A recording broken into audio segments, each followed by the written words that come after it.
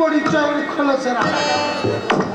পিতা যদি তার বাচ্চাটাকে বাঁচিয়ে রাখে তাহলে আজ তার বয়স 10 বছর। আমি পিতার কথা ভাবছি কেন? আমি তো এখন শিল্পপতি অংশুমান চৌধুরীর একমাত্র ছেলে সুমন্ত চৌধুরী, যার নামে ব্যাংকে আছে কোটি কোটি টাকা।